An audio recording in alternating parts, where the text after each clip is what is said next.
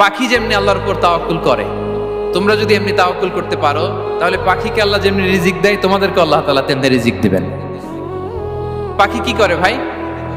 সকালবেলা তার বাসা থেকে কিচির মিচির রবে, হ্যাঁ, দিক বিদিক ছুটে বেড়ায়, ছুটতে থাকে মাইলকে মাইল।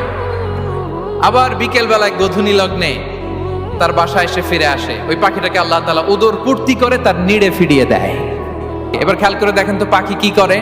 সকালবেলা ঘরে বসে বসে তাওয়াক্কুল করে নাকি? কথা কি বুঝতেছেন? পাখি তার নিড়ে বসে হাত গুটিয়ে আল্লাহর উপর তাওয়াক্কুল করে, এরকম না? এই হাদিস থেকে কি বোঝা গেল? কিভাবে করে?